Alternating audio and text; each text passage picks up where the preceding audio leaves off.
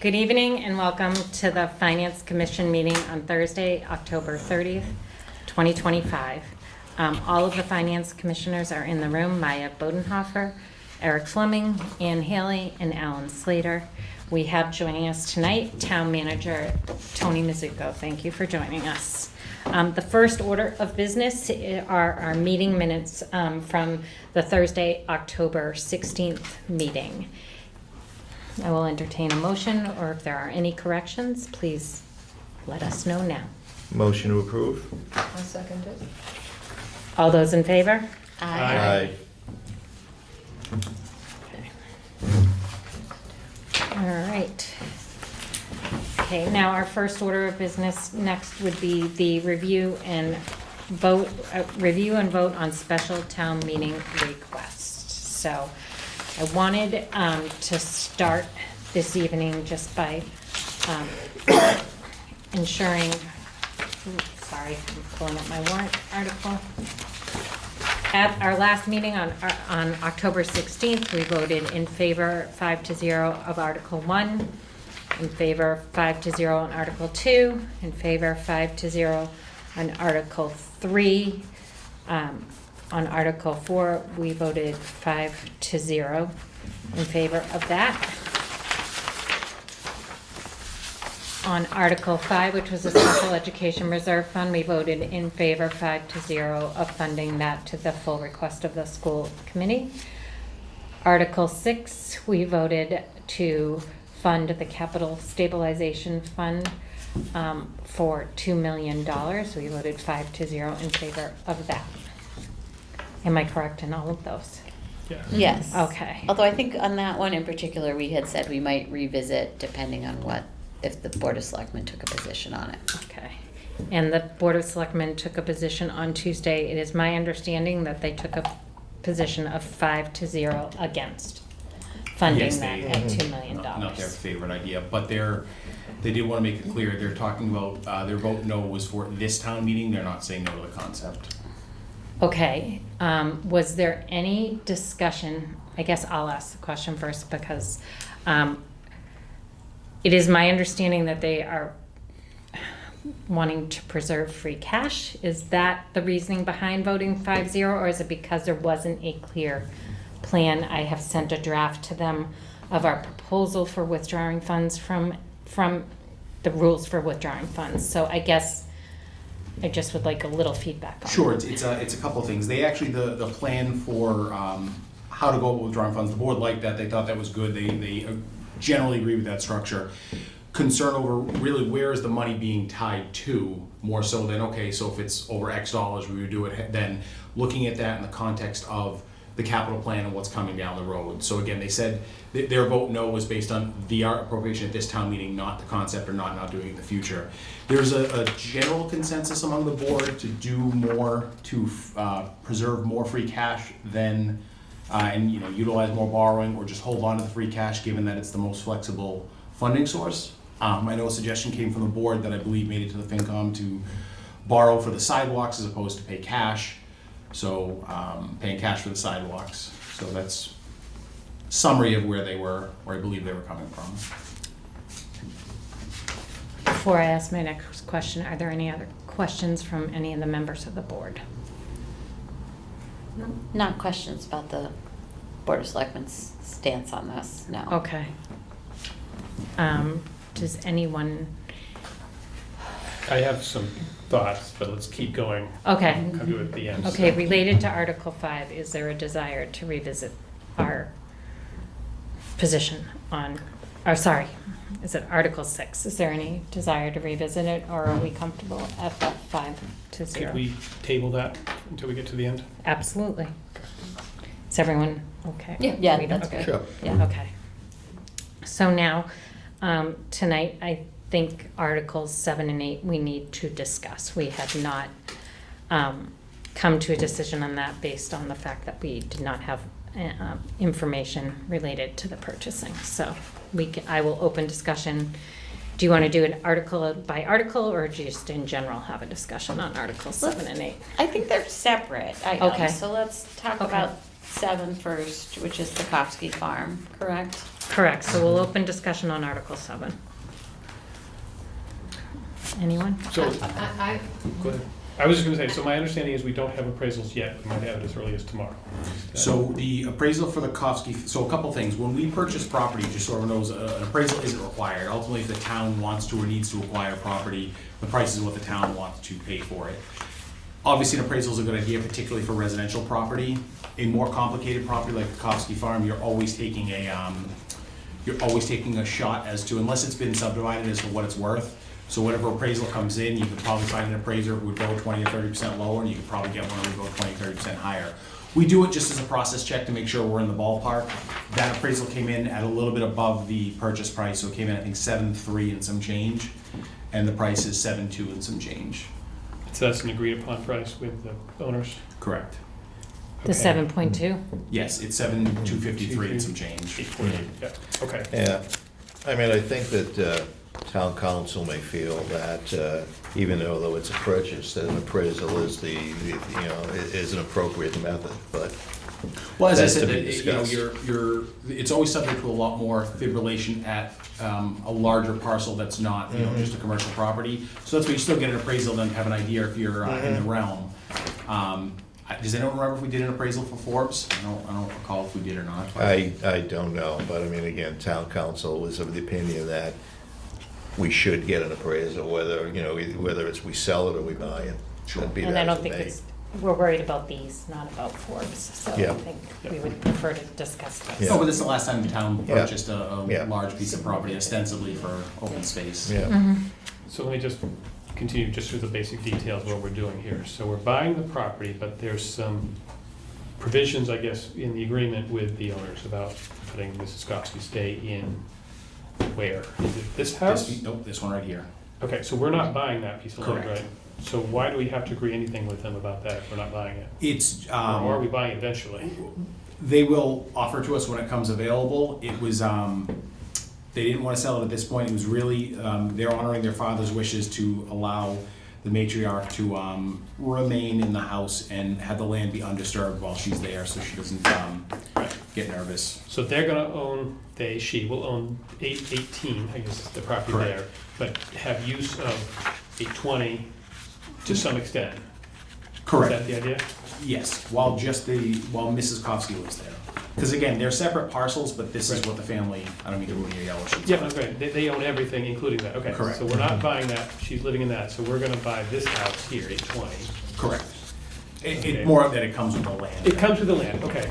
So then my other question would be, what responsibilities do we have in terms of, and how it affects the budget in terms of maintaining this property, and I guess the question also goes to the other two properties. Sure. So it's gonna depend on ultimately whether or not anyone is living in either of the houses, or if you take this or the two Pachkowski properties. You might remember at town meeting a few years ago, there was some concern among the public, because when we buy property, we actually try to take it by eminent domain, even if it's friendly taking, because eminent domain always gets a town Clears clear the title. title, yeah. So everyone's always concerned, are we kicking people out or are we booting people out? We'll never do that. I don't say never, but there's rarely gonna be an emergency where we would need to take a property or buy a property and force people out. So whatever arrangement we end up coming to, if folks do wanna stay, if they say we need 6 months, we need a year, it would, this property or these properties would have to be a market rate. We couldn't just say, sure, stay there for $1 a month or something like Right. that. We've been told that the folks there intend to vacate it. If that were to change, Okay. if that were to change, we would absorb maintenance responsibilities. The farm doesn't have, as we refer to it, significant maintenance responsibilities. There'll be some lawn cutting and some, Right, more the house, the building is more, so if somebody's there, they're renting it, the rent can offset the maintenance costs. Correct. So there's sort of a, okay. and I don't think we would look at renting it long-term. I also don't think we would necessarily tear it down. If there's some value there, there's a couple of options there. Similar with the other two properties, if we say, look, we know we're, and this is the truth, we're not likely to do anything anytime soon. can we give it to the housing authority and rent out? And that generates a little bit of rent, and we have to have them use a little piece. If one of the owners said, I'm ready to sell, because now's the time, but I'd like to stay here, that becomes a market rate situation. It might be short-term for a few months. But if the tenants vacate, we buy the house, we own the house, there's nobody there is a maintenance cost that will have to be in next year's budget. De minimis, but yes. De minimis, but some amount of money, I mean, Yeah. you know, you have to maintain the heat and electricity and stuff, and water, so. Would we be able to utilize those houses once they are cleared out, when, you know, if for places that, I don't, have something to do with this, Yeah, that's a, and the, And I the was overall thinking property. of overall property that are attached, like the airport, playground. yeah.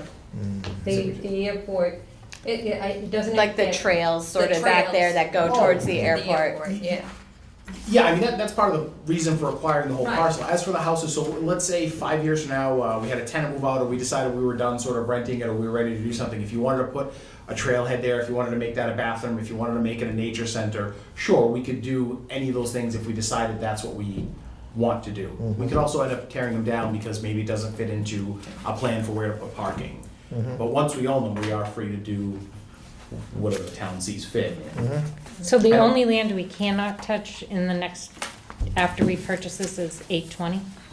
We can do 818. every, 818, Yeah, we're not sorry. buying, so we Correct. wouldn't be able And to then- touch it But we can't touch 820 Well, until, they've asked us not to have any public activity on the land. It doesn't mean we can't physically touch it, but that way we're not gonna ask people to start traipsing around until, for at least a few more years until Mrs. Kofsky, moves on. why not just wait until we're ready to, like, why don't we just figure out what the plan is and make a purchase when we're Sure, just actually wait. able to do what we wanna do with it? So prices. from when we first started Maybe. negotiating to now, prices have gone through the roof. So let's say we wait 5 more years. There's also talk about a possible housing correction coming, right? Like, That's true. I mean, we're paying maybe 2, if you average it out, 2.25 per unimproved lot. I don't know how much lower it's gonna get than that. So could you wait and say, let's hold off? That's always a possibility. The family is finally, after some significant time, ready to move forward and move on. Is it possible that the family matriarch is there for a long time? Absolutely. She's well into her 90s. That doesn't even mean anything, but. well, and we're it's also not just how long she's living there, right? It's how long she's living. living and staying in the house. She's gonna live and stay in that house. If she leaves the house, then the restriction goes away, right? Correct. Okay. I wasn't sure how that was written. I think if she were to leave the house, she wouldn't necessarily be, I mean, let's be honest, if you're talking about if the woman moves into a long-term care facility, I mean, let's be honest, she's in her 90s and we're not planning to do anything to the property in the immediate couple of years, so. But basically, there's gonna be this waiting period of, you buy the land, you basically bank it, Sure. while you think about it for several years, and then something will happen in the 2030s. Or Correct. become a landlord. Again, that didn't work out so No. well the first. No, But not to her. we're not purchasing the property that she lives in. Okay. But we have other Okay. So that we have Properties there. nothing, All Yeah, right. this- But we're just talking about What copy about right the- now. It probably needs to be clarified, because when you're talking about the small house in front, that's 818. correct, Should be allowed to use the surrounding property, that's 820. correct. That wasn't clear. Okay, Okay. but there is a house on 820 Yes. With Right. tenants. with tenants. Okay. Yeah, so Yeah, she's living that's, in this yeah. property that we're not buying, the Yeah. tenants are over here. okay. And if the tenants stay, we get some money. We have to charge them for it, yeah. Yes. It's, Okay. And is the house in reasonably good shape? I mean, it's fair, would I buy it to buy it? I guess that's a tough question to ask. It's a house in fair condition that's habitable. Okay. Are we gonna need to do a roof? Are we gonna need to do, What's that? are we gonna need to do a roof? I mean, do we know? No, and I don't know that we would do that. I think the long term, we're probably gonna tear down that house.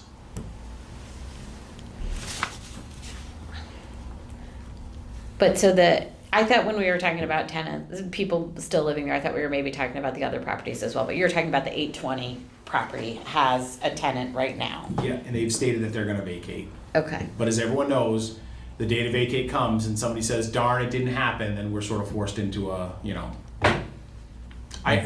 it's family that lives there, so I'm not as worried about that as if it was just rented out to, you know, me or Eric. What are we talking about in terms of a time frame till closing?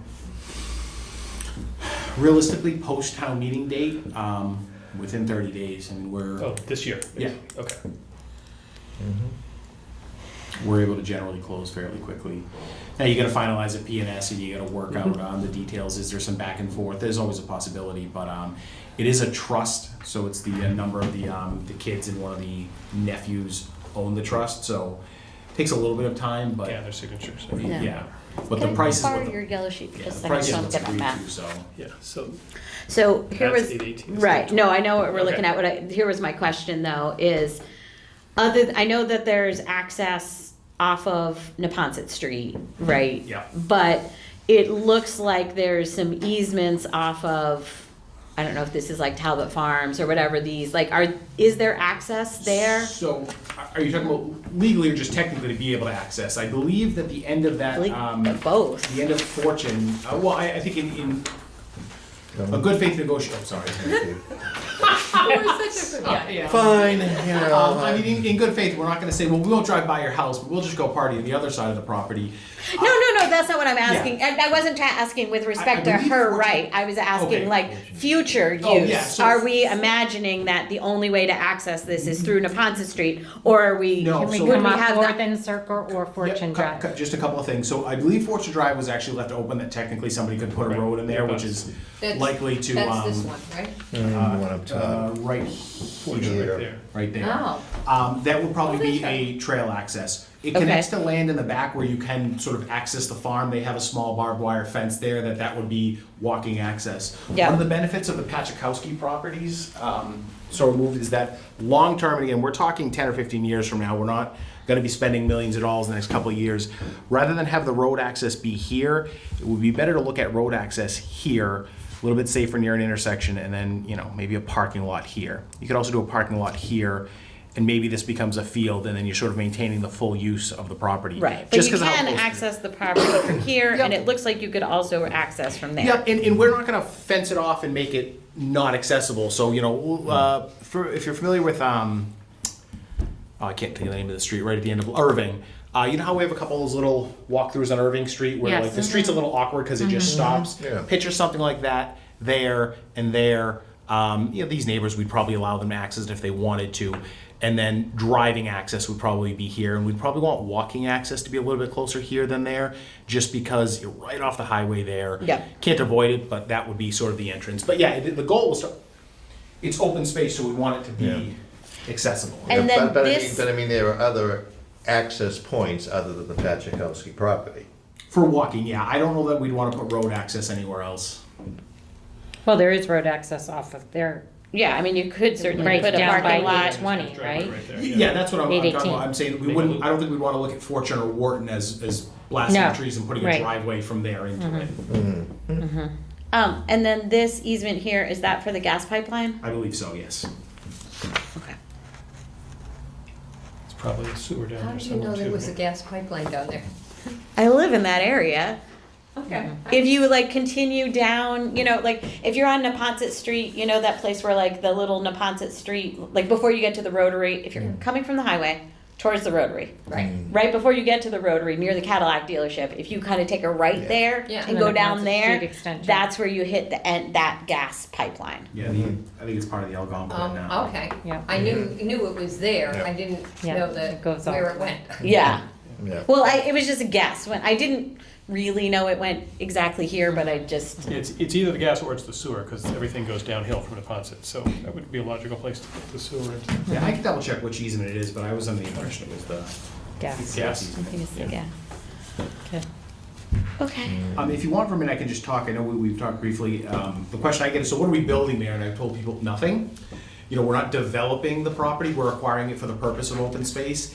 In time, you may see that there's a trailhead, that there's a parking lot. Maybe 10 years down the road, somebody wants to put a field in, do some community agriculture. We're not planning to put the new Civic there, the new elementary school there, the next DPW garage, a fire substation. It's not being acquired for that purpose. So part of the open space is to actually keep it mostly open and only what's complementary to open space uses. Just so we're clear, because for some reason I keep getting the "what are we building there" question. I think that's a valid question, Sure. right? When you spend $7 million on property, people want to know What what are we your plan building is. there? Yeah, the purpose is open space. The thing is, I mean, everyone's read the yellow sheets. It's been on the plan since at least 2003. So the purpose is open space.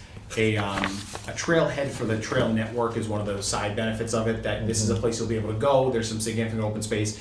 You can access the trails that we have and that we're building on land that we own and all the area behind the airport. Remember, the airport is 640 acres, and I was gonna say, this will allow us access without having to get anything from the airport, because I know that was a problem. Yeah, I mean, Trails. we're able to access the rear of the property without having to go onto their secured land, which is always their concern. And I think the airport's a good point, because one of the things that's been mentioned is that, why do we have to buy this as open space? Look at the amount of open space the town of Norwood already owns. But I think there's 2 points. One is that a significant amount of that is owned by the airport, which is not accessible. Right. The other point is that other portions of land which Norwood does own, may be inaccessible, simply because it's wetland or whatever. It really doesn't have, I mean, it's open space and certainly no development, but it really isn't of much of a benefit, to the people of Norwood. I think those are points that I think, should have to be made. Well, I think it might be nice to know that, yes, I think it would be good to have a list of the open space and show how much this increase, no, but. No, that's a very valid point. It's my I mean, mind, think I'm thinking, about we're- town we're- meeting. I don't think you gotta know, Parcels the 200 square feet here, but, No, the but parcels that's around, we- Route 1 and Vanderbilt and, wherever. I We think have, that's we the have point. very few, and just to the airport, even if we are able to get more trails through some of the open space, with the tentative side eye from the FAA, we could never build anything there. Not that we're talking about building anything, but even if we said, let's put a trailhead, forget about it. You wanna do a nature center, forget about it. You wanna do a field, never gonna happen in a million years. Best case scenario, we can walk in the dirt in the woods there. This at least Yeah. gives us some flexibility to do some of those things and connects us to, even more open space. Yeah. Just if you want me to keep going, I mean, from a development perspective, we agreed on, I think 30 lots. I'd have to check the numbers, probably what could go in. Obviously, the owners say, well, we think we could get 45, and if you recheck the wetlands, maybe it could go higher. Everyone always settles on a number based on the latest wetlands delineation. But even that, there's a 5 or 6 year old wetland delineation. You talk to the building commissioner, he'll tell you you're crazy. There's no way this is the actual wetland delineation. It's a lot smaller. It doesn't help our argument, so we don't really want to talk about that too much. So how many houses would get built here? Probably 30. Maybe it's 27. Maybe it's 33. It's somewhere in that range. Could it be higher? Yes. It's S1, so you can only do single-family homes, but there would likely be ADUs coming with them, because a lot of single-family homes are going to be built with ADUs now. We'll talk for a minute about what's the tax impact of that. So best case scenario, and by the way, if you're thinking of the affordability of housing, I am not a developer, but I don't think we'd be building small little starter homes. No. My guess is, based on what new homes are going for off Dean Street, you're probably looking at $1.5 million a house. Even if there's a good correction, you're looking at north of $1 million.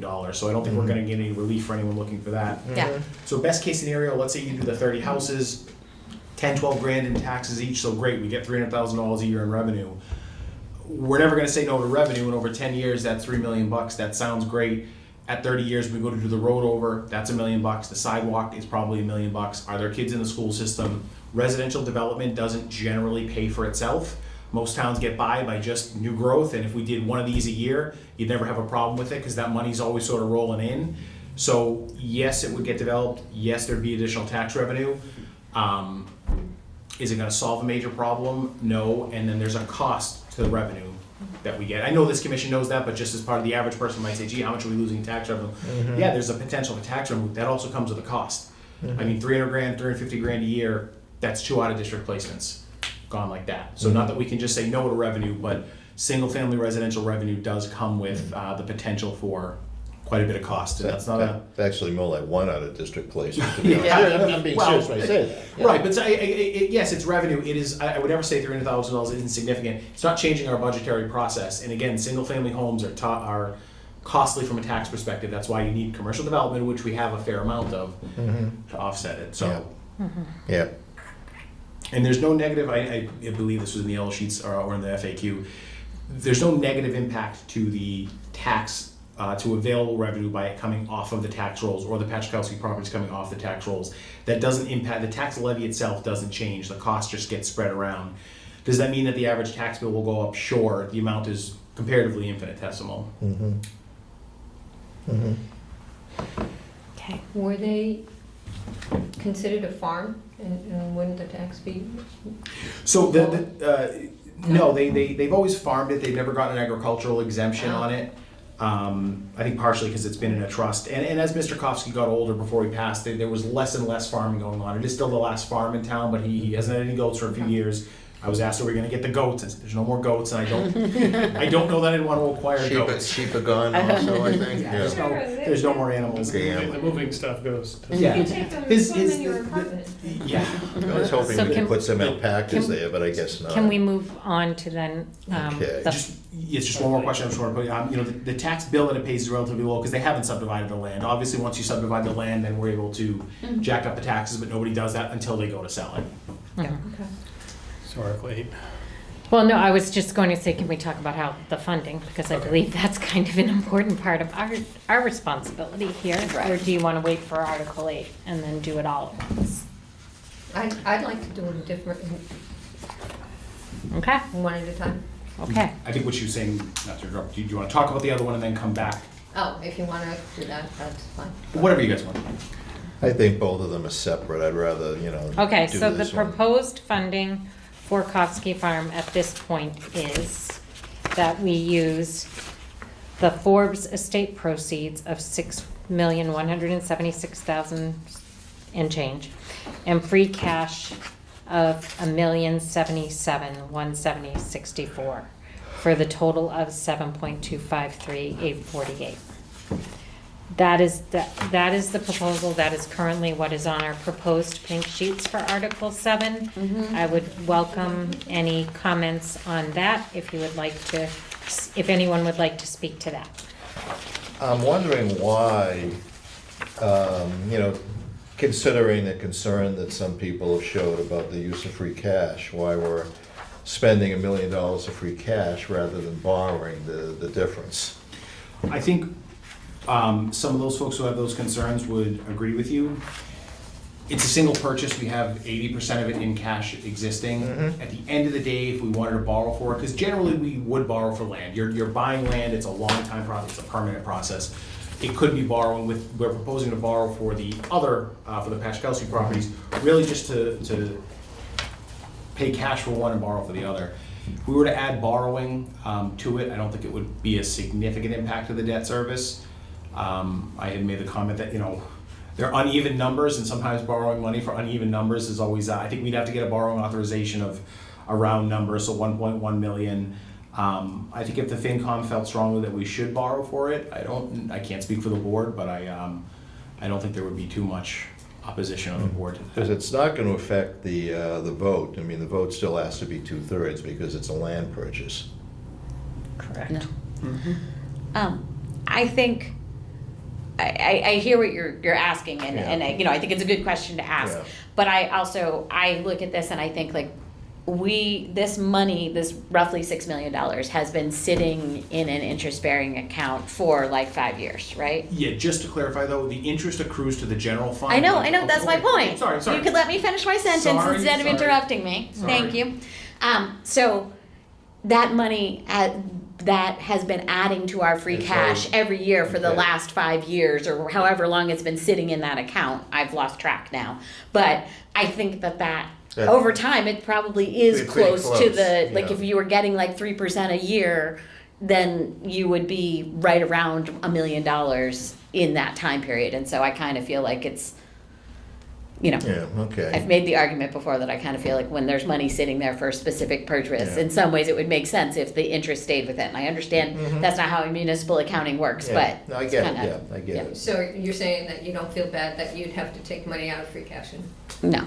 no, But I'm totally in a different camp on, I'm not interested in preserving free cash. I think free cash is meant to be used for one-time purposes. I think the more we preserve it, the more we're likely to be spending it on the operating budget, which is not a great practice. And so I actually voted against things last time because I wasn't in favor of the borrowing. So, but this is just another way to think about that extra money. It's an excellent analysis. I'm sorry I interrupted you. Thank you. There would be an interesting number, Tony, to see whether Jeff could generate that, but be that as it may. I think, Maya makes a good point. We can take a stab at a number, but I think you're right. You're looking at 3 to 5% a year on 6 million. For Remember, originally 10 million went there. in 5 years, yeah, so yeah, it's probably pretty close. We did, if it's of any interest to anyone, we looked at could we borrow for the entire thing and then simply pay for it out of the account. And we need a separate vote every year from town meetings. So every year we would say we vote to appropriate $600,000 from receipts reserved for blah, blah, blah, blah, blah, to pay this specific note. You would generate some interest in maybe 10 years and 15 years, you'd be then adding it. So just, we looked at it. I don't think in this case it's. Yes or no. Yeah, we've been hanging on to this extra special account for too long. We need to just, Be done with it. yeah. Yeah, Yeah. Just figured I'd throw it out there. We did the analysis. Yes or no? okay. I have some thoughts, but I'd like to, again, table it until we do Article 8. Okay, so we'll wait to vote on this until we discuss If- Article okay. 8 as well. If you don't mind. So That is fine. Does anyone else have anything Nope. they would like to add? Okay. Article 8. Would you like me to start, or so it's the purple properties on the map here, we refer to them as the Pachakowski land. It's 2 large parcels. The number in the yellow sheet is 1.8 million. That's a not to exceed that the board voted on. We are waiting on an appraisal, which we should have in tomorrow or Monday for these properties. Residential property is a little bit different. We're gonna always be a little bit closer to an appraisal for residential property, just because there's a market for it. There's not a market for, or comparative market for properties like 820, so that won't be the final number. It'll likely come down. The property owner still has to agree to whatever number comes down, so it's possible that we are ending up tabling this, but we're waiting for that appraisal, and that's gonna be where our number comes in. When do we anticipate the appraisal coming in? I was told today, and then I was told tomorrow, so let me tell you Monday. All right. Because I'm, reluctant to take a vote on this until I know what the appraisal is. Sure, so, and again, that $1.8 million number is a not to exceed. With residential property, we would rarely go, you might go a little over the appraised value if you're doing a taking for a specific purpose, where you need the property and you feel bad. This is a purchase and sale, so if that appraisal comes in at 1.7, it comes in at 1.7. If it comes in at 1.3, that's more or less what we're gonna offer, and then the owner would have to decide whether they think they can take it or not. Okay. And what is the use of these buildings? That's the question I've been getting. The building of the lands. Is that what you, the whole thing, the reason for the whole parcel is specifically the houses. The houses. So we're not gonna necessarily use the houses. The land is what we're interested in. Okay. That being said, we don't need to, I mean, they're still valuable houses, they're still, both of them are habitable, that one of them people live in. So we would do one of a few things. Until we're ready to start developing the property, we might work with the housing authority. We could work on market rate rent. I don't know that we really wanna get into that business, to be honest with you. I'd rather work with the housing authority, Yeah. put somebody in there on a voucher. Do you always run the risk that 5 years from now, when we wanna get rid of them, it creates an issue? Yes, but get some revenue to cover the cost of maintaining them while we, while we pay down the debt service and while we work on what our plans would be. We could tear them down. They're both perfectly livable nice houses, so I think what we would want to do is the selectmen would establish an advisory committee to spend some time looking at what we want to do and really vet all the options for them. In the short term, if the folks who live there are out within 90 days or 120 days, and they want to pack up and leave, we'd probably want to work with the housing authority to see if they could put somebody in there as a, somewhat short term. Because again, what's that? Veterans? Preference would always be for veterans. There just needs to be a market for that. But that's just really in the meantime, as the houses get older and as they depreciate. I don't know that it's something we want to necessarily invest in them per se. Now, somebody, Mr. Sad had mentioned, for instance, we may be able to sell off the houses and keep the land at the back. That's a possibility. I think the selectmen would want to be very thoughtful about that. They would want to hear from a group of residents who have really looked at, here's what we think we can do, let's look at a couple of conceptual plans for the property and decide whether or not having that street access would be worth it. One of them could become a caretaker facility. Some municipalities do that where they have I think actually the Day House does it, they have a reduced rent and you agree to take care of some of the maintenance on the property, some mowing. That's a possibility, but we're not there yet, and I don't know that that's anything we would make a decision on one way or another. Have the existing owners expressed any interest in remaining in the property? Not long-term, other than they don't have a place to move to yet. So we put in the yellow sheets that if they said, hey, we need a certain period of time before we're actually ready to move, or everyone loves Norwood, they could rent the property from the town, but again, it's gotta be at a market rate. So the market rate for a 3 or 4 bedroom house is fairly, But that would only be for, however it's defined, a short term. I think so. I suppose if they said we'd like to sell the property and stay 5 more years, we probably won't be doing anything by then. They'd have to agree to pay. I mean, again, a 3-bedroom house is probably $3,500 a month for the next 5 years. It would certainly cover the lost taxes and a fair amount of the debt service. I don't think they'd want to do that. I think we'd be looking at okay, we close January 15th and Right, I mean, we'll be here. something be reasonable, certainly, Yeah. And again, we're being overly cautious that we don't want anyone to think we're buying property and we're forcing anyone out of their homes. We will be flexible with people. The advantage of these parcels is the access thing. You can line up an access road opposite Norton. If you ever wanted to put a traffic light there, that would be the way to Oh, do no. it. I'm just, or I want a crosswalk. traffic lighted access first, sorry. Yeah. Oh, let's not go down that road. But I'm just saying, that would be the way to line it up, so. You're absolutely right. And again, these are large parcels, so if you look at them, if they were similar size to some of the other ones in the neighborhood and cut off here, I don't know that it would really be worth it if we didn't also have all this extra. Yeah, I mean, you could almost use the driveway that's there as the access. Pretty much, here's where you're going in. These 2 houses, because you get lines right up, so. There's conveniently a crosswalk right here, There so when you is. think of folks walking from the neighborhoods, it's already there rather than going down. Have you ever and tried to crossing use it. that crosswalk? I Would you like to come and walk my dog with me? It's there, so it's better than further up here. Yeah. So I mean, it's just from an infrastructure standpoint. I think Eric is right. You have a little bit more of a focus area there. We'll do a lighted access road before we do a light there, but I don't know that that's on the. We don't want to do a lighted I mean, access. if we're either. just using this for passive recreation, I don't really know how much we need Parking. a lot of access. I mean, like we need access, but like when you think about some of the other properties we have like Ellis Field, which is kind of tucked back in a neighborhood. We have, Father Max, which is actually kind of tucked back in a neighborhood. Like, I don't understand why you couldn't just open up the access over here and people drive in that way to get to this property. You're doing through Fortune. Yeah. Yeah, I think you get a fair amount of neighbor opposition to it. Yes. Just throwing it out there. And then you'd be directing people from other parts of town, because I think you're gonna have a lot more use here than you're gonna have some other town facilities. So folks coming from other parts of town would be then driving really into a neighborhood, whereas Father Max, if you're not there for the pool, there's also, remember, Father Max has the middle school, the Savage behind it, so in the summer and stuff, when people are using it, people do park there and walk through the path. Yeah, but I think that there are, when you look at even like Endian Park, I don't think it gets like tons of people going to walk those trails. I mean, there are people back there, but it's not like it's a steady stream of traffic. But The traffic is for Hawes. But I think, Right, but in Dean, they tend to park at Hawes and at the middle school and access the trails there. Very few people, you're right, park by the community garden and walk from there. They're accessing it through Hawes. but I think the point is that there are options for access.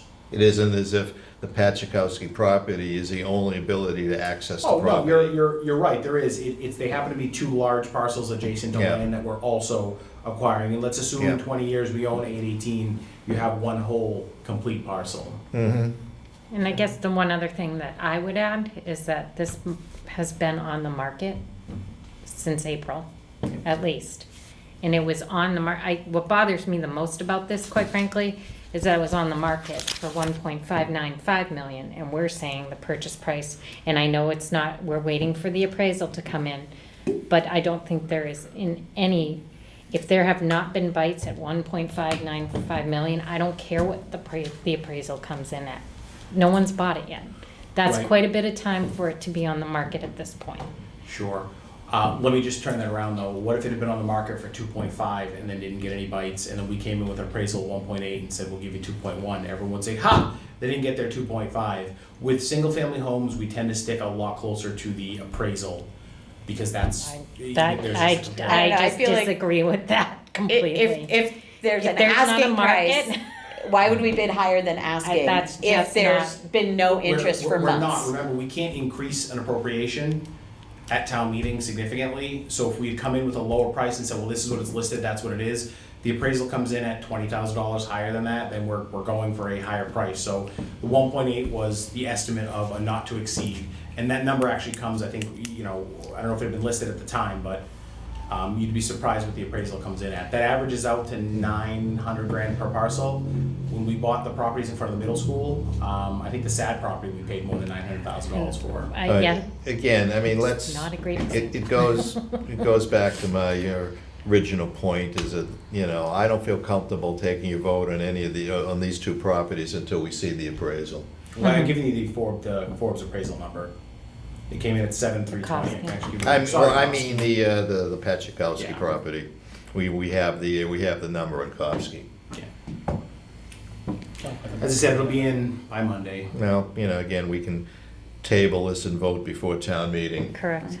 But since you did bring up the properties along in front of the Coakley, Yep. I feel like those were really different from my perspective because they were sort of orphaned properties that were like in the middle of a large municipal complex, right? And it made sense to clear that out of the way so that the whole area could be a municipal complex.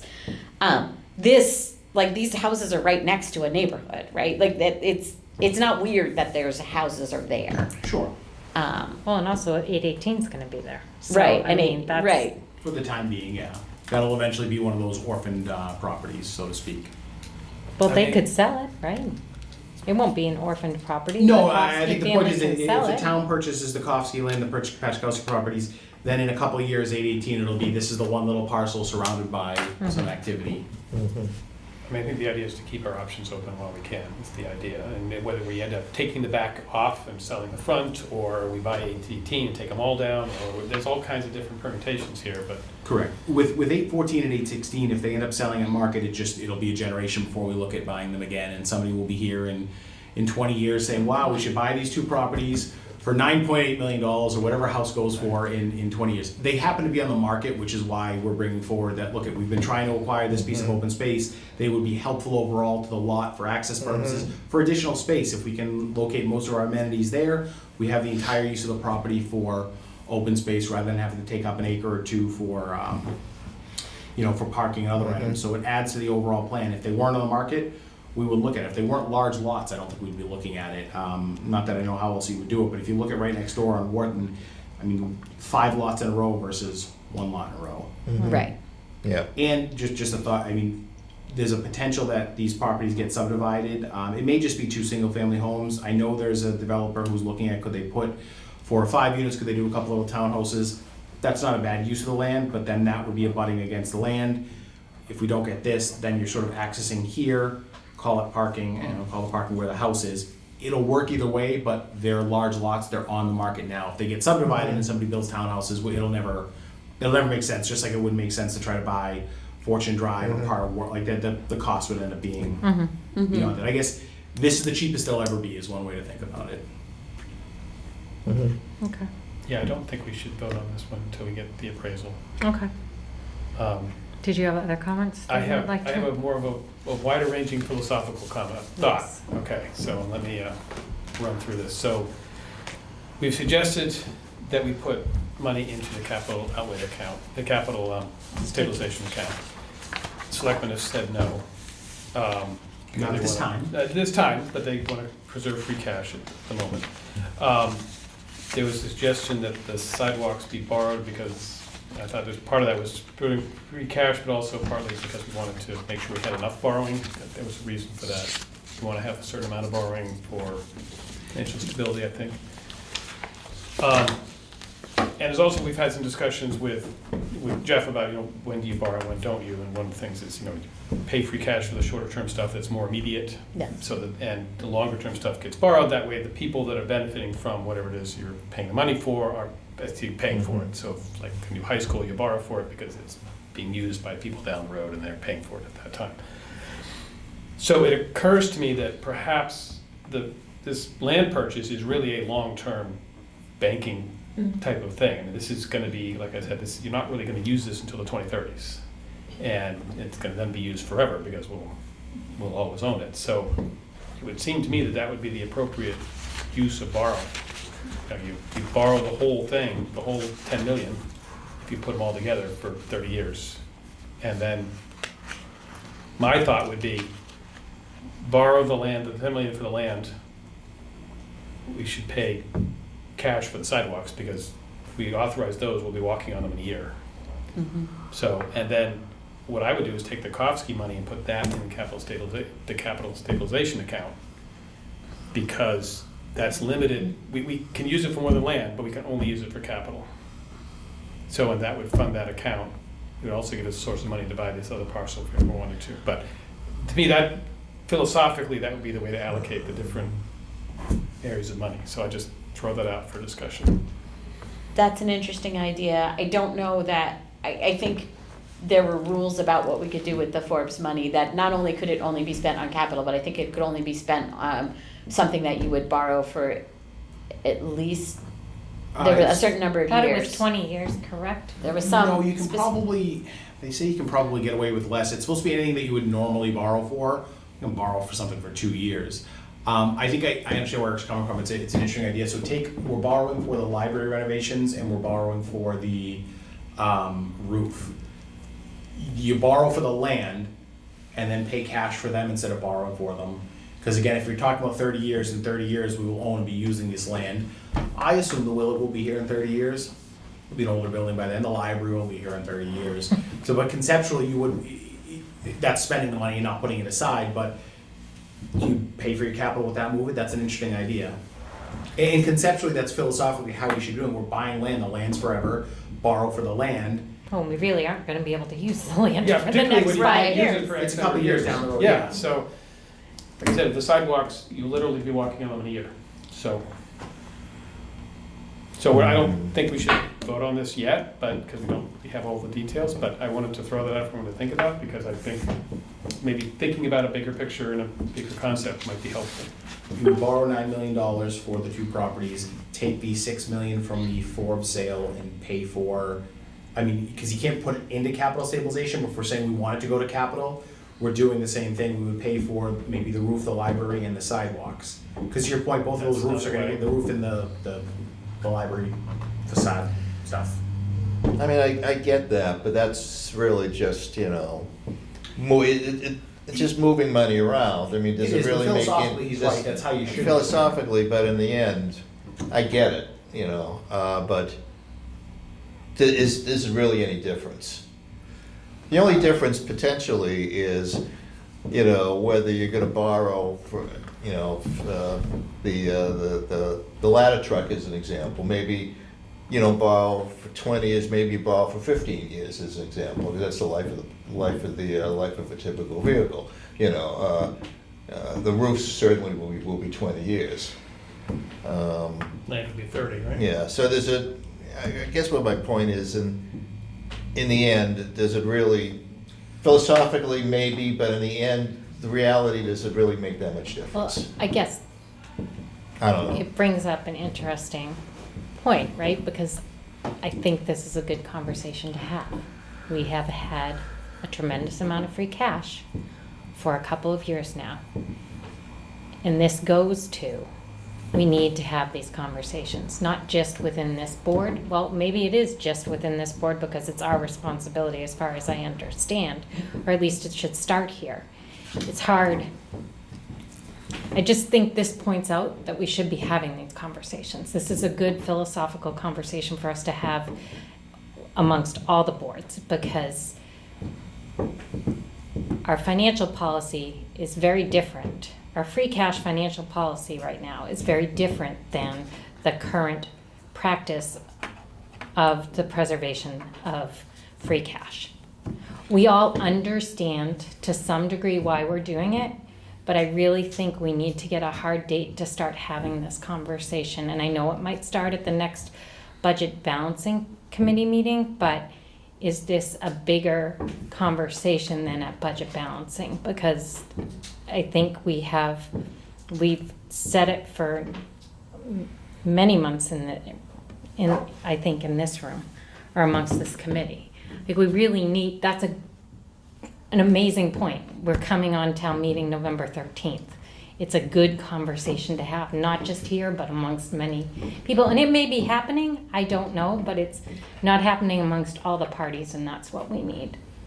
So that's just my take on that. I don't know if I was clear, sorry. No, I think you were. I agree. I would love to. I think we need to have kind of a larger conversation about how do we want to handle the free cash that we have and the borrowing and all of that kind of stuff.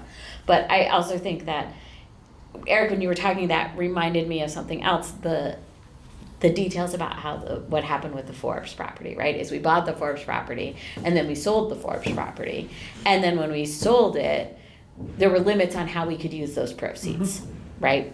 So this begs the question to me, if we're thinking that maybe we buy 5, 16 and 18, or 14 and 16, 14 and 16. If we buy 8, 14 and 8, 16, and we're saying like, oh, maybe we could at some point sell off one or both of the houses, but keep the back of the lot, then would we wind up with the same restrictions on how we could spend that money? And it's different than like if I were to buy that property, I would get a mortgage on that property. And then when I sold, if I split it off and then I sold part of it, then I could use those proceeds to just pay off the mortgage. But municipal bonds are not the same as mortgages. No, but if you have a note and you sell a property with a note on it, you have to pay the note first. Okay. So that like, let's say to your point, we borrow $2 million, and then in a year or two we say, oh, the heck with it, sell one of the houses for $500,000. It first has to go to that payment before we can do anything with it. The sale proceeds are always limited to receipts reserved for real estate, future real estate purchases, or capital purchases. Forbes, as everyone remembers, was just, you don't profit that much off a sale. Right. It was It was kind of weird. Even DOR said, Norwood again with something that, But we Very do. special. this doesn't happen, as they like telling me, the statute doesn't contemplate what Norwood's doing. But I guess the important point there is that the Forbes money can only be used for certain purposes, as well as for land purchase or Land and or capital, potentially for capital. It can't be used for the operating budget. Correct. I mean, that's a very important Which is why I point I put it think in we all capital. have to make. It does, and it would be the same thing if we bought 814 and 816 and sold off a portion of that. The money that we obtained from that sale could only be used likely for additional land purchase or potentially, some type of capital project. Okay. But Tony, you make a good point about we could, to modify what I was suggesting, if we're gonna borrow $10 million for something, if you borrow it for the 30-year stuff, that lowers the annual debt service payment, rather than if you put it toward the 10-year stuff, that's gonna have a higher debt service payment. Yeah, I don't love borrowing for the truck. Those are never my favorite things, especially because something can smash into it and it can go away. So to your point, between that and I'd have to check even the sidewalks and probably the roof, if you check the terms, would it make more sense to borrow for the land? I think it does. We can we can turn that around relatively quickly, as long Is as. it- So hold on, because I want to make sure we're understanding something. So let's say we do the analysis, we say this makes great. This challenge, and this is something we always think about at a staff level, we have to walk town meeting through things, sometimes holding hands, and that's what we do. We promised $6 million would go to open space. You're not spending $6 million in open space, you're buying a fire truck, what did that FinCom do? So just as long as we do the analysis, if everyone likes it, if we say, at the end of the day, this is how we would do it. I can tell you in the other 49 states, that's probably how we would do it, because funding sources are not so emotionally attached to what we're buying, and that's a very Massachusetts thing, and it has to do with the tax levy. To that point, that might have a slightly slightly lower impact on The operating budget. the operating budget. Yeah. It may not be a lot, but $100,000 is $100,000. And to Eric's point, That's- philosophically, this is what you want to do. Take just one step back about it. I know everyone wants to say we have to have conversations about what we're doing with free cash, and I understand that. We hear that. The challenge we always face, we are neither a small town nor a big town. We're not poor, but we're not rich. So Norwood is very much in a unique spot. What would every other town in Massachusetts do? Just borrow, doesn't matter. We'll get our debt service up to 10%, we'll get up to 12%. It's not a big deal for them. We should be borrowing more, but we can't borrow a whole lot more than we normally do to keep maintaining what we're doing. You know, a little town has one purchase that comes up every now and then. We're not a little town, but we're not a big town. So our financial management is a little tough in the sense that we're not rich towns. We're fully built out, so we don't have new growth, even though FM, too many F projects will be good for us. We're not a town with a lot of new growth. Some of you know Dedham's talking about developing a 50-acre parcel. 50 No, acres to I develop. So understand that's all where of that, our- but it still doesn't mean we shouldn't be having the Oh, no, conversations, I Tony. agree, just that Well, it's, We've switched to preservation of free cash all of a sudden. I mean, in With all no honesty, discussion, with it's n- just that that's been the the Board of decision. Selectmen, some members of the Board of Selectmen are pushing that agenda for their own reasons and like, because they believe it's in the best interest of the town. I'm not doubting that, but And to have that's a the dis- drastic change from our policy. Yeah. And it isn't something that I think we should just step in line with without having a discussion about our That's our actual job. Yeah, policy. and you know, my feeling, Tony, on borrowing is that, you know, some people feel, you know, the policy says you can borrow up to 5%. Well, as I've always said, that's not a goal, that's an upset limit. And the fact that we're below that is good, because the moderator was telling me she really thinks that's a floor, so. I could really care what. Okay, now stop. Hold on a minute. Okay. Put that down.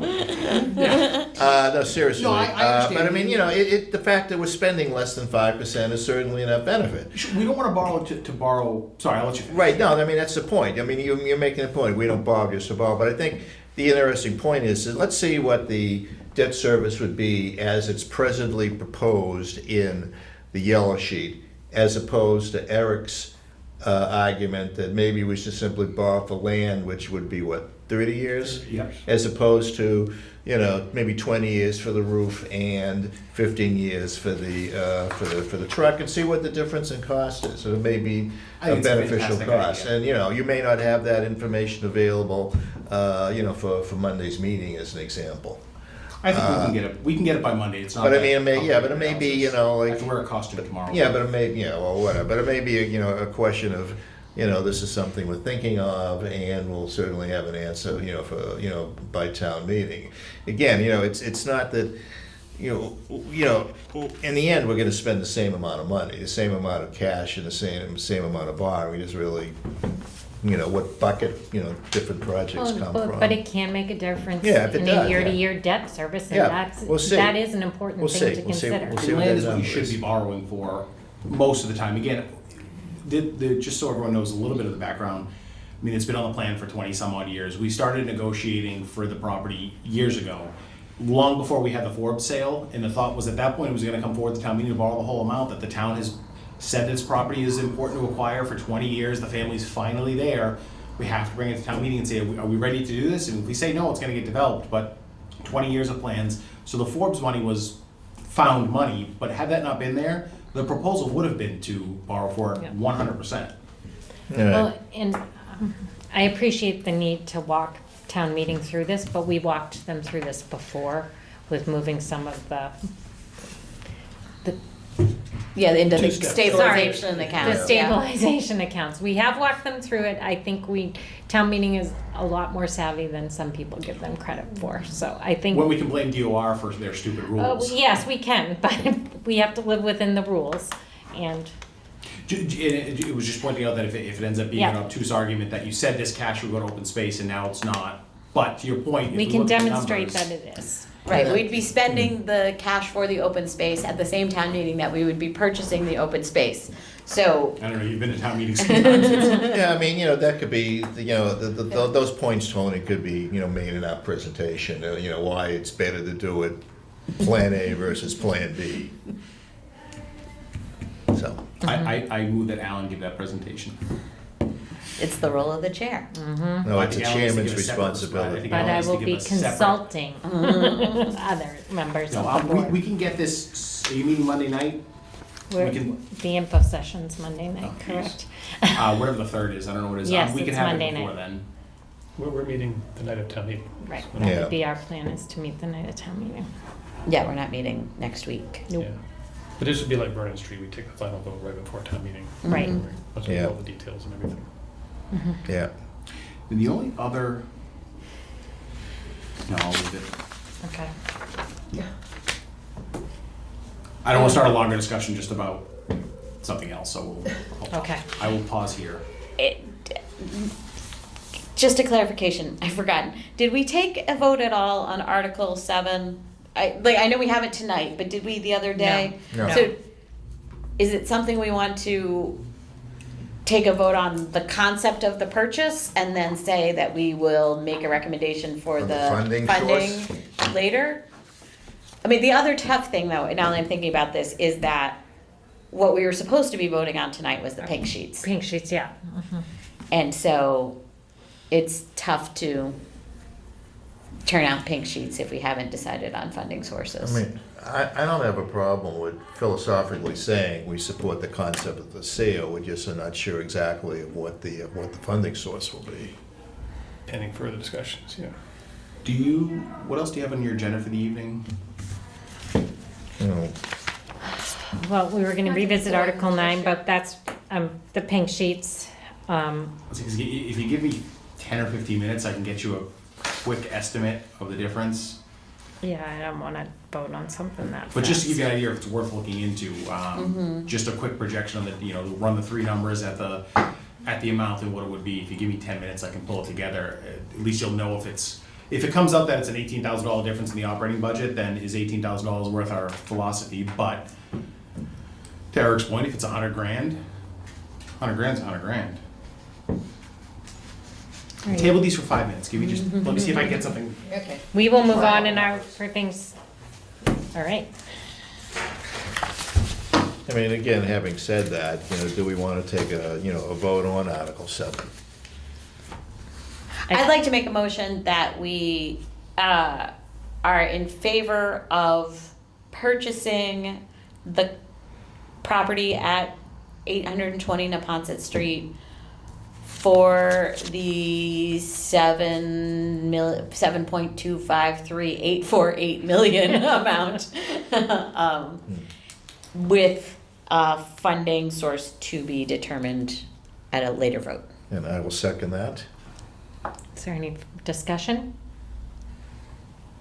Hearing none, all those in favor? Aye. Those opposed? That's unanimous. Thank you. Do we want to do the same on Article 8?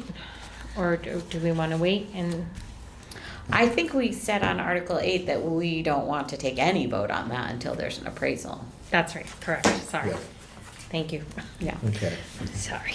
No, that's okay. So I think maybe what our pink sheet is going to say is that there's gonna be big asterisks next to, you Should know, we that. include the funding there, or should we? We can say something like, this is Funding as source. currently proposed, but subject to change. Yeah. That makes sense? And then we'll just have to have a revised sheet at town meeting or do it on the floor. Mhm.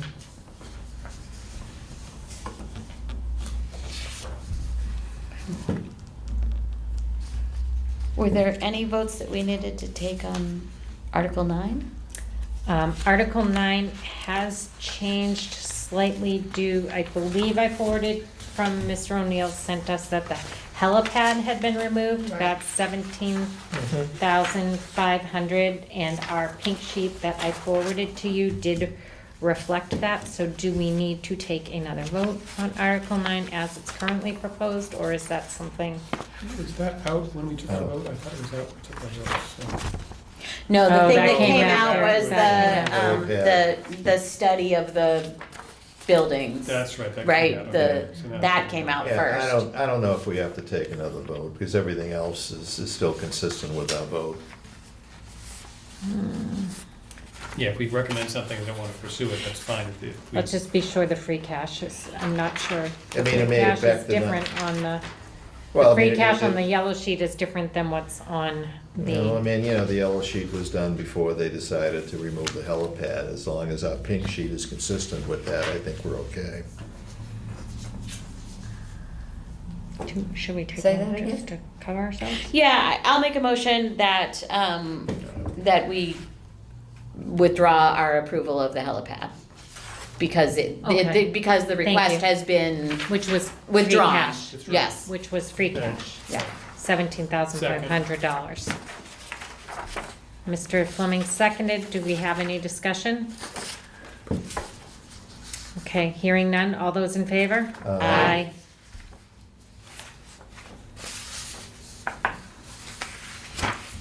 Quick question on that. In the previous, does the previous vote on Article 9, 4-1 still hold? Because, Yeah, I guess it does. We'll, should plan to vote on it again before town meeting, just to confirm. when we get the final Because a picture. lot of We'll see the what funding, comes out of this. like, the reason that I voted against Article 9 was because I didn't agree with some of the funding choices. Right, so But that if could all of the change. funding things are gonna change, we could we revisit could, that. we will Okay. revisit, right? Yes. Okay. Me too. Yeah. All right. Was there the motions meeting today? Yes. So that would have to change too if we change this, right? Yes. Yeah, you would. So we're in And the about, appraisals would change numbers as well, so. Yeah. Change any. Go ahead. we're in about that $100,000 range. I just did a quick 9 million at 30 years and 22 years. Forget about the, with at 4.5. 547 versus 645, so. That's a we'll- material difference. Yeah. We'll run the numbers to get it down, but I think you'll be looking at north of a $75,000 difference in the operating budget, because the land is 30. You can always play the game with some of these other projects, but again, I really don't wanna borrow for a truck for 30 years. And, No. 22, if you figure is an average of a 15 to 20, and the library renovations can be 30, so we can get final numbers, but, an initial check, we're within $100,000 difference. Now, somebody will come back and say, but in 25 years, we'd have no debt, and then you'd still be paying the cost of government. Yes, but land really needs to be Borrowed. correct. Mm-hmm. It's good fiscal practice. Yeah. For land, always. Yeah. Okay, Okay. You don't think DOR will? all right, so we'll be taking a final vote on No, that when we have we final have- numbers. Yeah, at, we'll work on it, town we'll meeting. check with them. It's projects that you would otherwise have to borrow for. They were hesitant but willing to go along with vehicles in the past. A fire truck is a significant capital expenditure. Roofs, windows, doors, that's all, that's what we've done. I mean, we did the roads in the past. That's how we actually moved the Forbes money into stabilization. Override stabilization is roads, and DOR had no issue with that. Okay. Well, we have roughly $6 million in that, right? And so if you did the roof replacements, the facade repairs, and the sidewalks, that gets to roughly $6 million. And then, if the ladder truck is a problem, then that is what you spend the cash on. Right. I would use that money for the ladder truck before the library facade, just because you're gonna wanna, anything we're borrowing for, we wanna make for 30 years, right? Yeah. So the truck is not a 30-year borrowing. Right, The roof, exactly. probably not a 30-year borrowing. The sidewalks are definitely not a 30-year borrowing. So those are the items that we wouldn't borrow for them, we would pay cash for them. And, however we get to that rough number, we'll spend tomorrow crunching some numbers. Okay, Okay. all right, cool. Thank you. Thank you. All right. So, all right, now we are on to the pink sheet. So,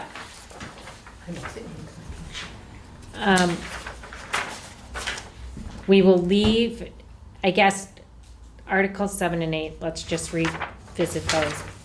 All of this could change. So Right, I mean, we were hoping to send it out next Monday or Tuesday. Would we be better off waiting? What time, the information session is in a row time and scheduled for? It's on my 6:30. calendar, so I just. 6:30. When I show up in the morning, I just don't leave until everything's done. 6:30. So. I believe mean, it's 6:30, yeah. Can the FinCom meet at 5:30 and we'll have updated numbers and an updated yellow sheet? Well, we weren't sheet? planning on meeting on Monday night because of We weren't the planning to meet information until the session. town meeting. Our next scheduled meeting is. I just assumed if you were gonna be there, that way you could review it and. I don't know who's available. Yeah, we Yeah. can't do it. We can post it in the morning, we'd be fine. That's not 48 hours. It's Friday and it's Monday. Once it goes past 6 p.m. it can only be meeting earlier than that. Yeah, no. Tuesday. Well, I mean, like I said, could we do a version which Send it. says that has masters that say certain things are subject to change? Like the value of Article 8, for instance, is subject to change, and then we What can one ask are you the looking funding at? sources for Article 7. If you weren't planning to send it out till Tuesday, if you could meet Tuesday, then Wednesday. You can meet remotely. Remember, that's another option, that if wherever folks are, if that's easier, pick a time Tuesday and I could potentially do a remote meeting on a Tuesday. I can't What do. would be the pleasure of the board? I mean, I do a could, remote meeting. What? I could do a remote meeting. I'll have to check, but It'll be brief. so- probably. It's November 4th, Yeah. Tuesday.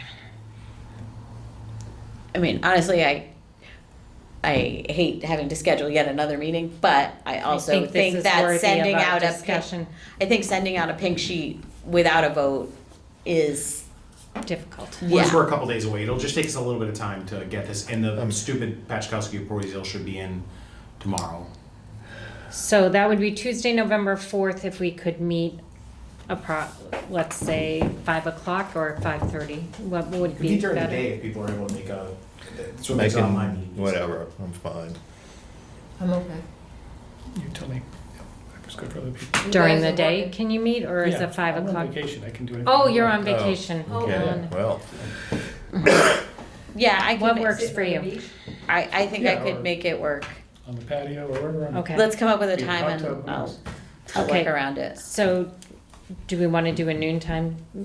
Would noontime be a good time for everyone? That's lunchtime. You can make it work.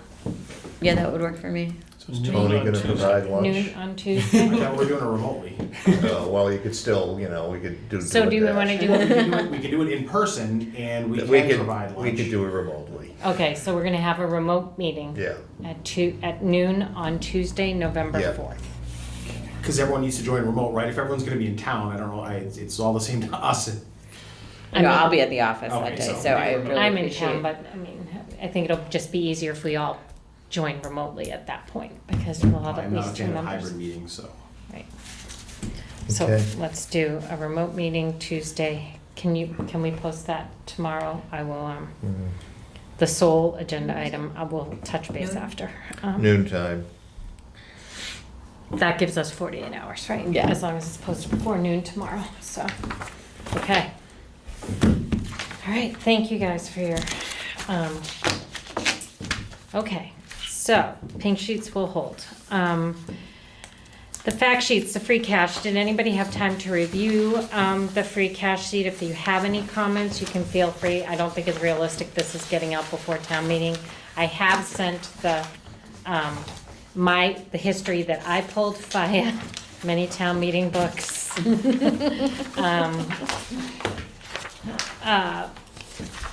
Of free cash. Jeff O'Neill is working on just confirming that my numbers are correct, so thankfully, previous members have done a good job keeping track of that. So, I don't know if anyone had any comments on that. I'd be happy to entertain them at this point, but it was just trying to have a simple explanation of what free cash is. I think we're envisioning putting this at least up on the website, on the FinCom piece of the website. It's a quick, I think we could also, if we eventually agree to it, maybe not for this, but for the Springtown, or the next town meeting, we could have it available for people to pick up as they come. This was a question. It just helps to explain what free cash is, because that's often a question people ask during town meeting. And I think it helps to also take, hopefully, although I'm not sure, if it, the capital piece of it out of there, so. I think this is really helpful. I think that one thing that we've talked about in previous presentations, and I don't know if we want to specifically say that in here, and it's sort of alluded to, is that there's sort of three sources of free cash. The leftover free cash from the previous year, the excess revenues beyond what we projected, and then the budget that we underspent. And those are, Yep, that's probably. you know. And That's like on a this, slide our for the number, presentation. right, our number is so big this year partly because we came in with $11 million left over from last year. Right. So, Right, remember, our number's still down quite a bit from last year, and it's gonna continue to Yeah. go in a downward trend. Which, if you remember when we did the financial policy of, anything over 5 million would go into free cash, that was when 5 million would have been like a dream year for free cash, so.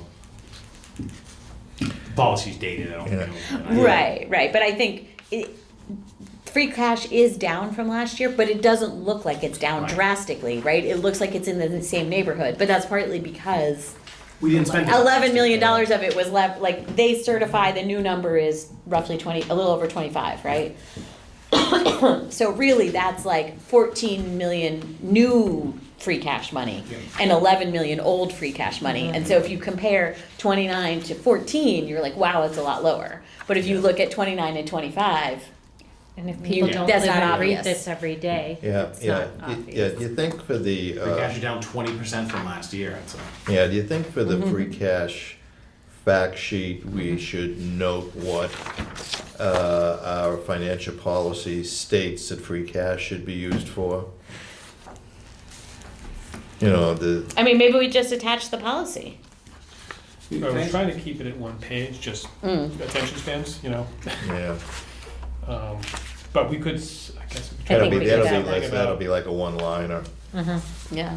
Yeah, we talk about one-time expenses, we could say this is consistent with the town's financial policies.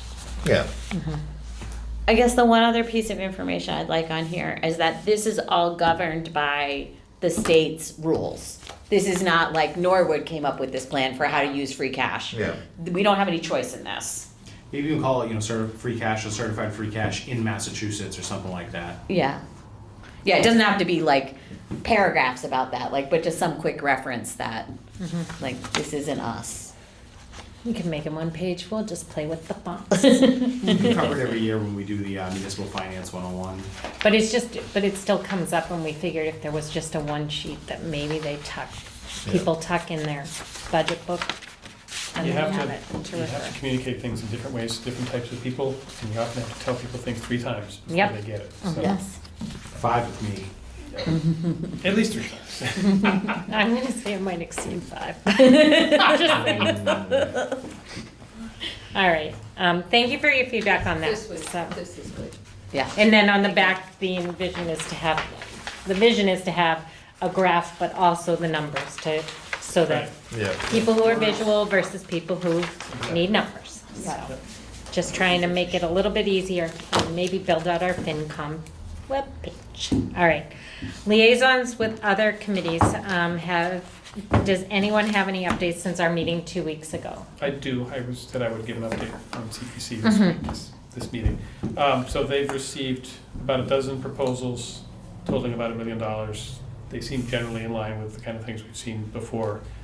The committee has a long list of questions for each of the applicants, and like a lot of the questions I would ask too. So we don't know exactly how many of these things will get through the process, or whether what the CPC's opinions will be after all those questions could answer, but that's the stage they're in now. So the application process is The closed. preliminary, application process, they've got the preliminary applications, they gotta respond to the questions, and then provide the final applications, and they'll do their vote. Usually it's in January, February, somewhere in there. Okay. Thank you for that update. There hasn't been any capital outlay meetings, I No. assume? Okay. Brief update on budget balancing. The meeting that was scheduled for this week was postponed. Last I knew, there was not a new date available at this point. Yeah, and in terms of the school budget subcommittee, again, they're looking at this next town meeting and the article that they're gonna be dealing with, as well as, again, starting the budget process for next year. Okay. I guess the other thing I just realized we were talking about with the pink sheets is we had said that maybe we might want to revisit the question about the capital stabilization fund. If the Board of Selectmen has voted against that. Is that something that we still want to make a motion at town meeting? And I think we were thinking that maybe that's a discussion for once we figure out what's going on with the free cash and stuff like that, but, But I'll entertain any thoughts at this time if anyone has any thoughts on that.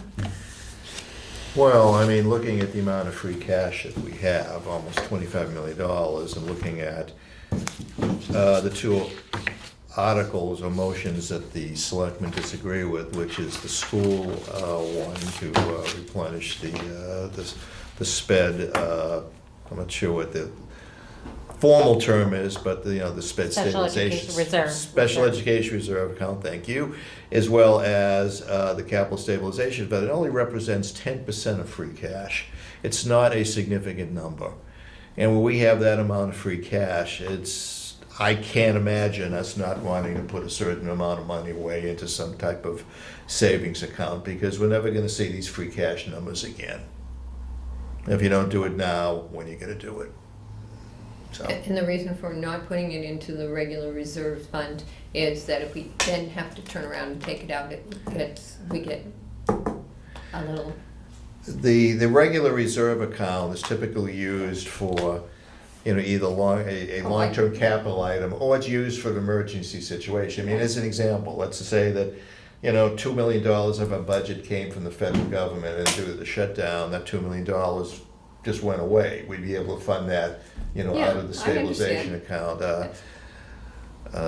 but you do get, You get dinged You by get the, dinged. by the, so if you're gonna yeah. use it, and you know you're gonna use it, we have to put it someplace else. right, yeah. Can I just offer a thought, just part of the discussion the board had, money into capital stabilization, of course, is a good idea. Where does that rank in terms of prioritizing where we would want to put $2 million? So is capital stabilization where we want to put it? Would we want to put it in the pension reserve, so when the market tanks, we hopefully help fund the pension system? Would we want to put it into OPEB? I wouldn't necessarily, I think we're good with OPEB. Would we want to put it into compensated absences? Would we want to create a facilities reserve, utilities reserve? So I think that's part of the discussion, is where would that rank? And part of the challenge is there's no easy answer. There's no book that says this is where thou shalt do it, because I would always say the pension fund is the best place to put money. That being said, it's a huge liability, so is $2 million going to make a difference? But that's just some of the. But I think we've been trying to get that conversation started, and I think this is a good way to do it. And if I don't see a reason to change our opinion, and then perhaps having the conversation on town meeting floor might be a good thing. The town meeting make the decision what they feel is, the priority. If it helps to get the conversation started, because everything you just said are things we would love to discuss. we have discussed among ourselves multiple times. And we have attempted to engage other boards and have not been successful. So, all right, so unless I don't hear a loud push to change anything, so we will move forward with our vote as is, and we will put it to town meeting, which is really where it should be decided, and we all agree with that, so. All right, so moving on, that means we are to our long-term agenda. I didn't miss anything else, correct, on there? So I did make, I've had a request from the Comprehensive Plan Committee that they come before our board. They are doing a road show that is, they would like to, Sarah Dixon, the town planner, is that the correct community town? Okay, sent an email requesting time to come before our board to talk about the comprehensive plan and bring, it wouldn't just be a presentation, this would actually be a working meeting where they would ask our input on items in the comprehensive plan that fall in the FinCom realm. So they estimated that it would take about 60 minutes. I can say I saw them at the planning board and it was a good conversation. It took a while.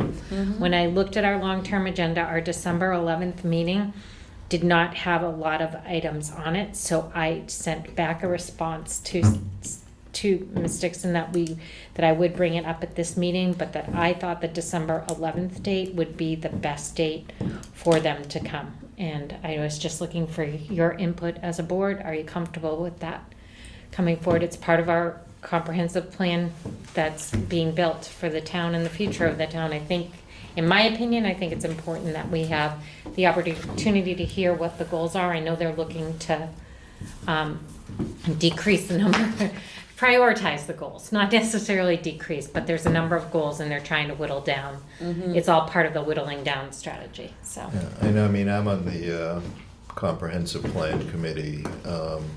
I mean, I think it would be a good idea if they appeared before us. I mean, what are our priorities? I mean, our priorities are, likely to be, tax revenue. And I think it's important that they hear it from us. So are we good? I will, And bike lanes are bad for the budget. I think the FinCom needs to be fiscally responsible, and bike lanes are some of the worst things for municipal budgets, and the FinCom should make sure to echo that. If you have any belief in I had fiscal it all picked responsibility. oh, okay, I so found moving one I along. loved. Moving along, at our next meeting, November 20th, we have a Q1 budget review with Mr. O'Neill, and then we typically have the school department in November to review their first quarter and get an outlook, I think, on, it's obviously early in the year, but I think talk a little bit about their budget process and although we know they have a calendar and they're working towards it, I believe. Are we good with those two items on our November? Does anybody have anything else that we should be adding?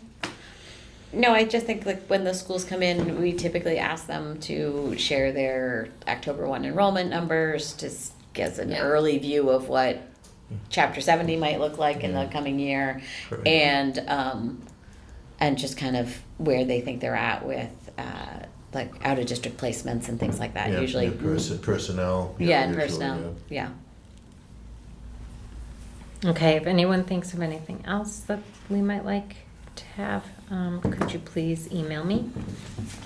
All right.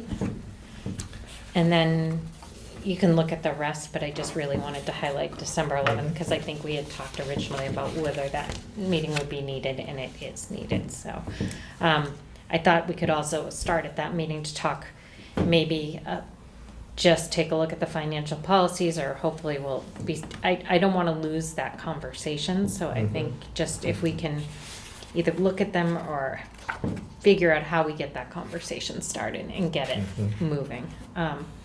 I know it was done back in 2018. Is that when you all met on a Saturday for? Something like Yeah, that, okay. Yeah. So, and we'll also continue to work on these fact sheets and start just in anticipation of, it would be nice to have those in before annual town meeting. I was hoping Okay. for special, but I think annual's more realistic.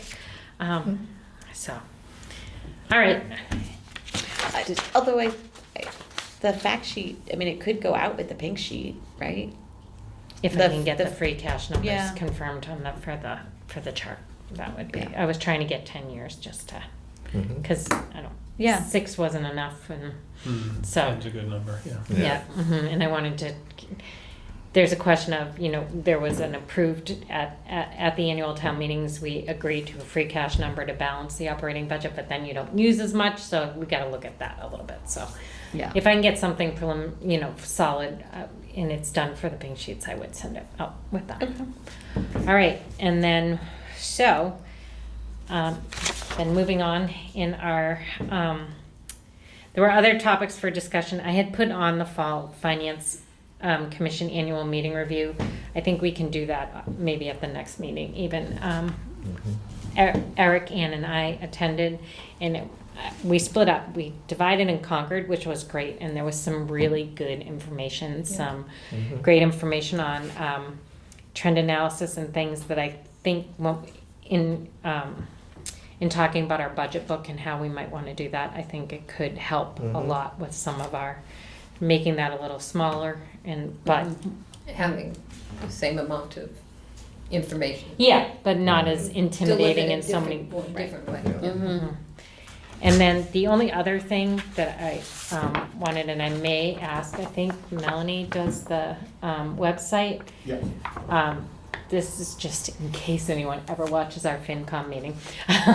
The MMA put out, and this was actually one of the lead parts of the conference. They put out a perfect storm. It's cities and towns face historic fiscal pressures. And if nothing else, this will make us all feel better because Norwood is not alone in a lot of it. The fact of the matter is Proposition 2.5 is tough because you can only raise your property tax base by 2.5%. And expenses, as we all know, go up more than that. And this was a study that they did, an analysis of the fiscal pressures on Massachusetts municipalities. And it really is interesting, and they are they've released this, and they have a plan to release some different proposals on how they can help make the legislature aware of the pressures on towns and cities. Yeah, the So- second part about potential solutions, I think it's coming out in the next month or so. I think it was the first week of December they were December, aiming okay, for, so- but it kind of felt like it might Yeah, take a little but- longer, but It's Be very interested to see that because it sounded like it was not just we need more money, it was other things that we can do to perhaps to address things on the cost side, which I think is productive. But I do think Also this- interesting that the mayor of Boston has called for an abolition of Proposition 2.5. but I do think this might be useful So we can information for town meeting members. Well, to that point, we Send the can- link to it. We can send the link in the next update. We can print copies too and have it at the info session and have it at town meeting. With your point, we're not. think it would not be- alone. Unfortunately, this got a fair amount of press coverage. It was in the Globe. It was on the. They have a plan on, Yeah, to make and sure I that it think a gets good out. idea would be to have it at the working session. I agree. And we'll have it at town meeting too if anyone wants to. Yep. Yeah. grab it. Fun little fact about Prop 2.5 that I always share, actually a couple of them, just so everyone knows, when Prop 2.5 came out, it was a proposal by the state government to attempt to reduce people's taxes in Massachusetts by controlling local spending, but there was no corresponding state spending cap. Now, Prop 2.5 was originally a top tax rate of $25 per thousand, because tax rates were higher than that at the time. Late 70s, our tax rate was like $40 per thousand, so no taxes now, if we were spending that kind of money, we'd have district high schools for crying out loud. And the 2.5 annual cap only came in at the last minute, because you had some towns, as you do now, that said, well, our tax rate is $3, what's to stop them from raising our taxes, 7 or 8 times what they are, so that was thrown in at the last minute. But I put it on LinkedIn. I have a speech John gave in 1979 to the Lions Club. And he said, the state wants to limit us at 2.5% a year. It doesn't work, and the state's not limiting its own spending.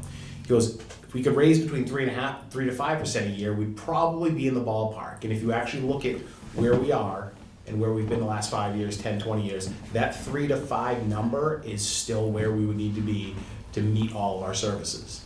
And it's funny that almost 50 years later, if we could go up 3 to 5%. We've been holding our budget to 5, 6-ish. It's probably not a real hold because we're not doing things that we should. But there are years we've gotten by with 3 or 4 that have been fine. So it's just funny that that's realistically where we are. There's always pushback to 2.5, and I'm not saying just eliminating 2.5 as a solution, but you're just going to raise taxes to no end. States that don't have that same prohibition, New Hampshire and Maine, don't have property taxes that we have. You can actually have a very different discussion about every dollar that goes into the budget and what's the tax impact versus trying to say, what's more important, the guns or the butter. We can actually have that discussion of what the actual tax impact is. So again, I'm not saying do away with Prop 2.5, but Maine doesn't have taxes fundamentally lower without a limit. Same thing with New Hampshire. Vermont, they're all, it's a little different everywhere, but it's not like, oh man, we have Prop 2.5, so Massachusetts has really low property taxes. Well, anyways, I just thought it was a good, I think it's a good resource for people to understand that everyone here is trying.